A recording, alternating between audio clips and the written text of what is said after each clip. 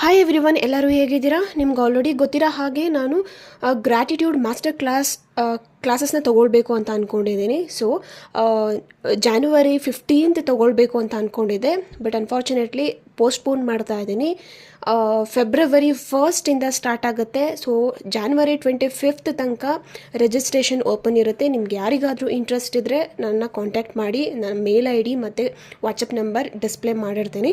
So ನಿಮ್ಗೆ ಏನೇ doubts ಇದ್ದರೂ ನನಗೆ ಕಾಂಟ್ಯಾಕ್ಟ್ ಮಾಡಿ, ನಾನು ನಿಮ್ಮ ಡೌಟ್ಸ್ನ ಕ್ಲಿಯರ್ ಮಾಡ್ತೀನಿ. ಮತ್ತು ಯಾರೆಲ್ಲ ಇಂಟ್ರೆಸ್ಟೆಡ್ ಇದ್ದೀರಾ, ಯಾರೆಲ್ಲ ಲಾ ಆಫ್ ಅಟ್ರಾಕ್ಷನ್ ಬಗ್ಗೆ ಇನ್ನೂ ಡಿಟೈಲಾಗಿ ತಿಳ್ಕೊಬೇಕು ಅಂತ ಇದ್ದರೆ ಪ್ಲೀಸ್ ಜಾಯ್ನ್ ಆಗಿ, ನಿಮಗೆ ತುಂಬ ಹೆಲ್ಪ್ಫುಲ್ ಆಗುತ್ತೆ.